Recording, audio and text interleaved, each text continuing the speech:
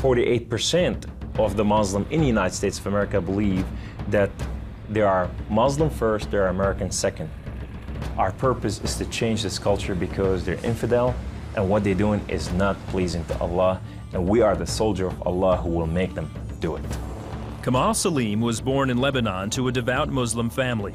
As early as 4 years old, he remembers sitting at the kitchen table while his mother taught him about the Quran and his duty to Allah and jihad. From my childhood, my mom said, one day you'll be a martyr, my son.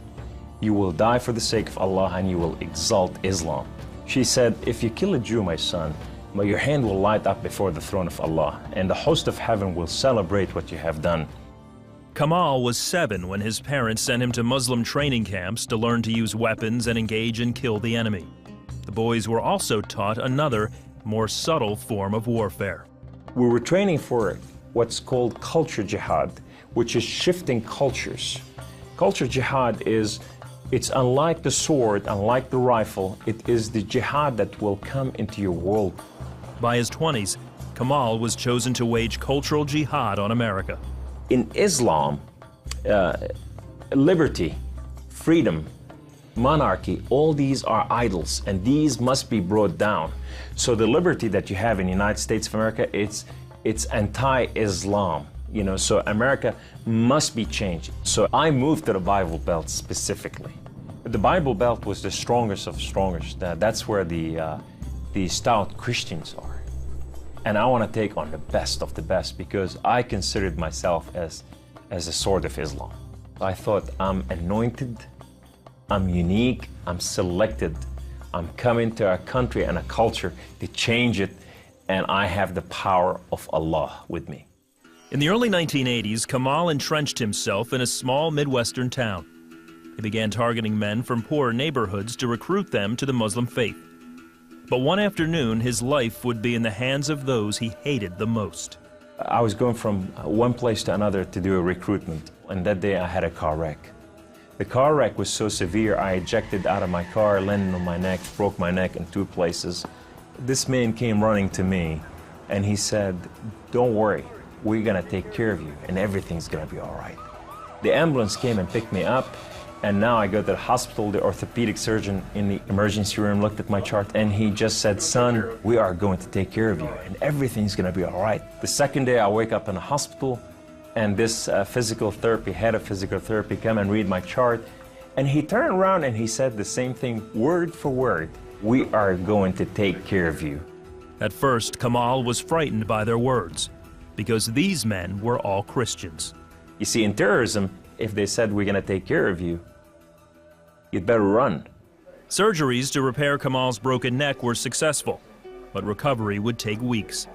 After being discharged from the hospital, he would need someone to care for him while he recuperated. Kamal had no one, so the orthopedic surgeon opened up his own home to this stranger.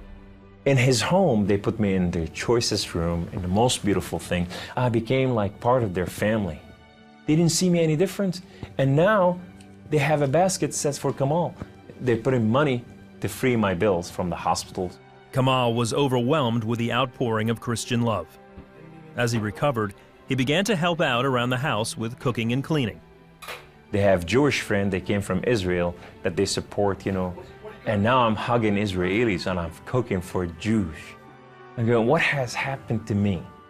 When Kamal was able to take care of himself and return to his apartment, the doctor had another surprise for him.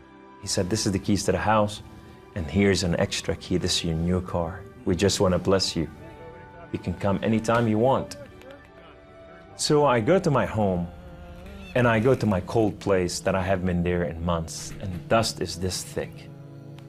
And I just gotta settle this issue with my God to know that if it's real or not.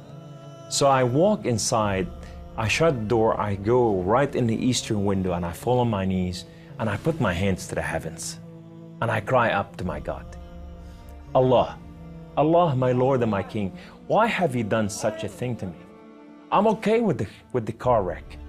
I'm okay with all this, but why did you put me among Christians? I'm confused. These Christians and Jews, they're good people. There's nothing wrong with them. They don't want to kill us. They're not the same thing that I learned about them.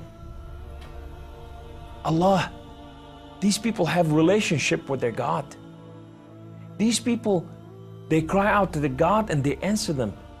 I want to hear your voice. I want to hear you love me. If you're real, speak to me. I want to hear your voice. Guess what Allah said that day? Absolutely nothing. Kamal felt that because he questioned his faith, the honorable thing to do was to end his own life. So I went to reach out my guns and put it in the right place and clock out. I heard the voice. The voice knew me by name. He said, Kamal, Kamal, Kamal, why don't you call on God of Father Abraham and Isaac and Jacob? And now I fell on my knees and I put my hands to the heavens immediately as I heard the voice, and I cried out with every fiber within me, God of Father Abraham, if you are real, would you speak to me? God of Father Abraham, if you are real, I want to know you. Well, God of Father Abraham came to the room, and he filled the room with his glory, and his name was Yahweh. The Lord is one. In his hand, he has holes in his hand. He has holes in his feet.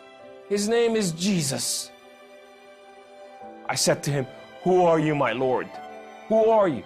He said, I am that I am. I said, I'm a simple man with a simple mind. What is that supposed to mean? He said, I am the Alpha, I am the Omega, I am the beginning, I am the end, I am everything that is in between. I have known you before I formed the foundation of the earth. I have loved you before I formed you in your mother womb. Rise up, Kamal. Kum, you are my warrior, you are not their warrior. And I said to him, I said, my Lord, I will live and die for you. He said, do not die for me. I died for you that you may live.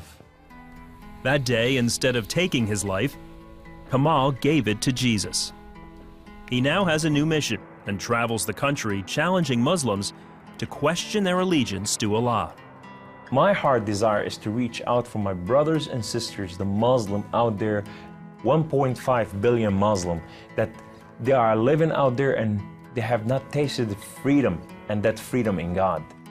It's been over 20 years since Kamal left the Islamic faith, and even threats of violence and death cannot stop him from sharing his story. He is real. You know, and if you never experienced God before in your life, if you never tasted God, and if you think you got nothing to lose, when you're sitting in your home, whether you're a Muslim or a non-Muslim or a non-Christian or whatever you are, say, call on God of Father Abraham and Isaac and Jacob, and say, if you are real, speak to me, I want to hear your voice.